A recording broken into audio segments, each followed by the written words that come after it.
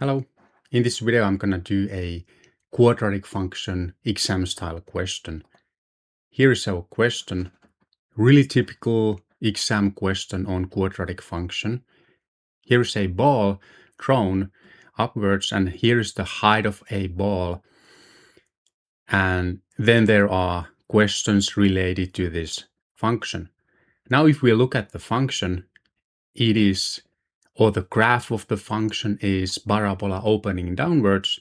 And you know that because there's a negative coefficient in front of time squared. And I would definitely use graphical method for the whole question. Then you can see how the graph look like, and you can really answer all the questions using graph. So in our calculator, we will choose graph.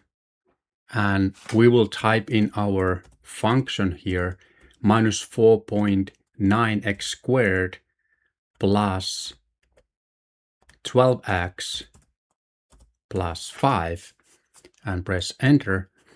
And here is our function.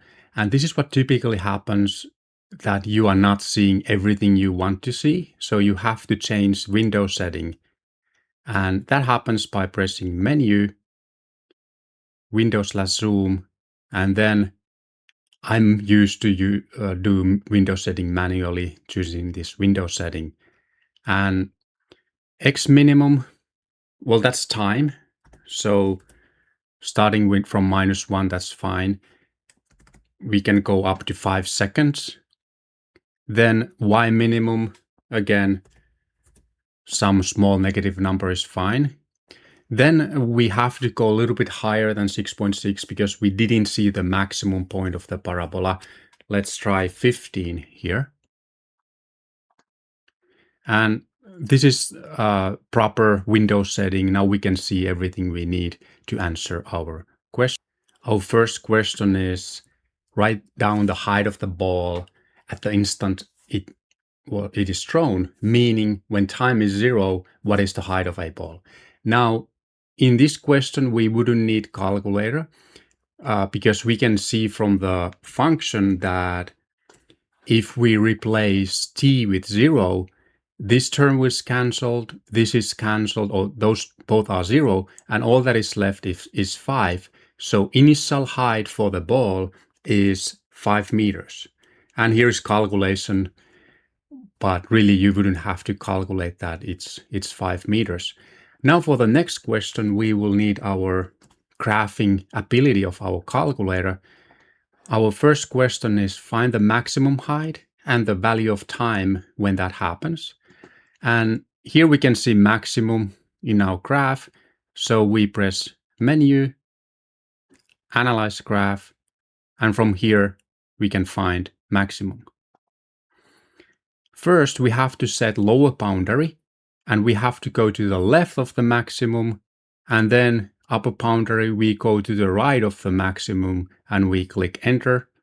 And here is our answer. X coordinate is time, Y coordinate is height.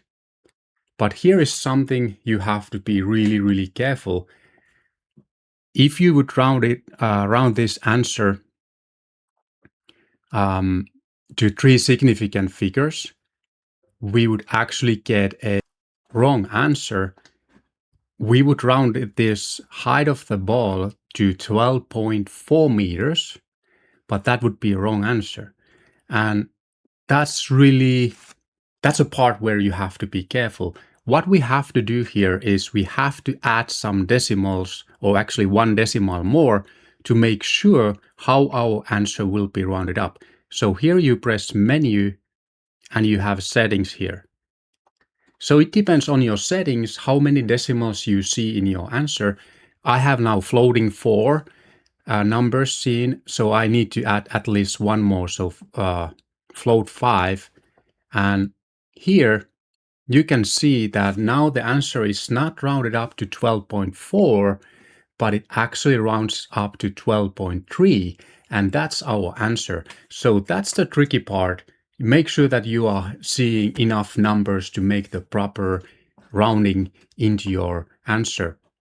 Answer to this question is 12.3 meters at 1.22 seconds. You could do this part B using axis of symmetry formula, and here you can see how that would be calculated using that formula.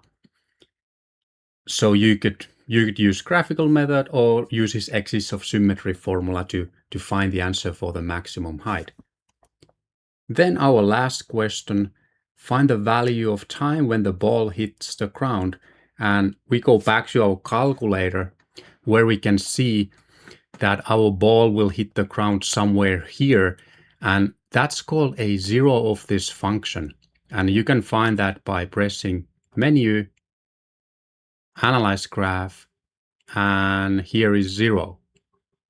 Same principle, going to the left for lower boundary, then going to the right and setting the upper boundary. And here is our answer to time when the ball hits the ground, which is 2.81 seconds. And you could add this equation here as well, because that will give, or that will show your understanding, you know what's being done, and that would be the method marked. It's not always needed, but it's good to be there. Finally, there's a question about domain of the function. So appropriate values for time when we can use this model, and we know answer. We just has to make the proper notation. So time has to be greater or equal to 0, but smaller or equal to 2.81 second. So that's the part when the ball is flying in the air, and that's when we can use this model to this question. So here is quadratic function question. This is how you do it. Make sure you practice this one, and you can then answer questions like this. See you in the next video.